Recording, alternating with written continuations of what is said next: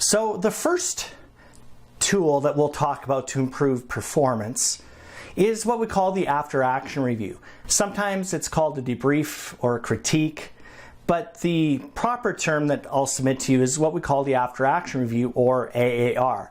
And it's conducted with the ground rules that we talked about being well established at the beginning, on the outset. So it's about the what, not about the who, open and honest, and draw upon as much input as you possibly can from the entire team, making sure that just the entire culture is one of inclusion and acceptance and not of being accusatory or personal attacks. So the AAR involves as many people as needed that were actually involved in that particular call or that particular incident. And it involves a number of different things. It's a discussion around what was the plan. And that is literally, what were we thinking about doing? What was our plan? What was our plan of attack? Who was going to be doing what and why and how? So that was the plan. Now, what actually happened? So we've got the plan. Now, what actually happened? Because we've talked about before, no plan survives first contact. It's emergency services. We can't plan for every eventuality or every variable. All right? So we've talked about what was the plan, talked about what actually happened, and then what we can talk about is, why did that happen? Super, super important concept there. Too many times we just say, yeah, I screwed that up, my bad. Okay, move on. Communication. Yeah, I miscommunicated. So I'll communicate better next time. Well, let's talk about the why certain things happen. Why the plan was one thing, why we actually did something else. And let's not just focus on the negative. Let's focus on some positive as well, because let's face it, we do a lot of things right during operations and incidents. So then we talk about the why, and then we kind of summarize it with, what will we do next time? So if we were to get this similar kind of call or this similar kind of incident, what would we do next time? Okay? So if we go ahead and we carry that format out, you'll see a far deeper understanding of an incident. Rather than the historical or the usual, the chief or the officer says, hey, you guys need to do this, you did really good on that. Lieutenant, you didn't run the hose, pump operator, this, that, and the other thing. Hey, EMT, you need to do this a little bit faster. Because what starts to happen is we get a lot of you suck, you suck, you suck. That's what people hear. So an AAR is actually now an opportunity for the entire team to have input. And the facilitator actually just asks questions. They ask the whys. So why did you think that? Why did you do that? Why do you think that happened? What are your thoughts on that? That it is not about you. That is such an important part of this AAR. It is a AAR facilitation.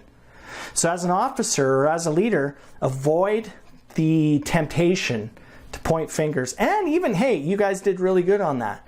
That is not what right looks like from an AAR perspective. One of the reasons is, even neurologically, if I'm now speaking about my views and my opinions, it's actually neurologically using a different part of the brain than just the auditory. And frankly, it's a deeper understanding of the different roles and the different reasoning and different aspects of an operation. It is a tremendously valuable tool, this after-action review, provided it's facilitated effectively. So again, what was the plan? What actually happened? Why did it actually happen that way? Both good and bad. And what are we going to do better next time? That, in a nutshell, is the after-action review. So we've talked about the after-action review involving the entire team. It's a lot more discussion, a lot more drawn out. So it's very, very, very useful on maybe a longer incident or something that's quite complex. But guess what? A big part of learning and improving our performance can happen just on the ride back to the hall, back to the station. Or it can happen shortly thereafter something were to occur. And it doesn't have to be the long drawn out AAR. And I would submit to you, in fact, this tool is one that you're going to use even more. We call it the chainsaw. Same ground rules apply of the after action review, where it's about the what, not about the who. It needs to be open and honest. Draw upon everybody's opinion. But it's far quicker and more succinct than the overarching after action review. And it's literally a quick and dirty kind of after action review, and it's called a chainsaw for a particular reason, because it goes around. So what you do as the facilitator, maybe you're the officer that was in charge of that particular call, maybe you're the EOC director and you're doing a chainsaw, maybe even mid-shift or at the end of your shift. All you're doing is you're just going around the room, going around the table, whatever it is, and you're saying, hey, you know what? Let's pick out something that we did really, really well and we're going to sustain. Like, we want to do more of that. And let's pick one thing out that maybe we need to improve upon that, oh man, that didn't go so well. Really a minute or two each. It's not a long, drawn-out diatribe. It's not a conversation. It's not a debate. Nobody's jumping in to defend themselves. You're literally just going around the room. What are we going to sustain or keep doing because it was good? What's something that we're going to improve upon? And then once everyone has had their input, you as the officer or whoever's facilitating the chainsaw will really be able to pick out some key themes, and you summarize what those are. Say, hey, you know, it sounds like we got a lot of challenges around communication, or we've got some challenges around not having a certain piece of equipment, whatever that is. And then you kind of get general consensus and agreement, and then you call it a day, because you got to eat, you got to sleep, you got to go home, you got to do all those things. So do the AAR in a chainsaw manner, and it's quick, it's efficient, and you know, people will reach the point culturally where they actually accept that. And then, like we've talked about prior, as the leader, constantly reinforce the chainsaw concepts, the things that came out, things that we're going to sustain, and reinforce that, hey, really good job. We talked about that. Good work. Or flipping that around, saying, hey, you know what, let's remember that we need to really hone in on our communication. So we want to make sure we adhere to those 5 communication responsibilities that Daryl talked about in the Exigent Academy. That'd be ideal, but you get the point.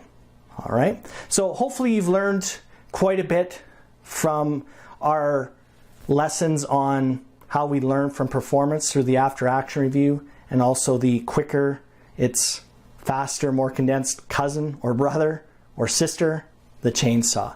Of the two, I really like the chainsaw because there is zero excuse for not doing it. If you're an officer, if you're a leader, there is no excuse not to take the 5 minutes, the 10 minutes, whatever it is, to conduct a chainsaw, summarize it, and then start implementing those lessons right away.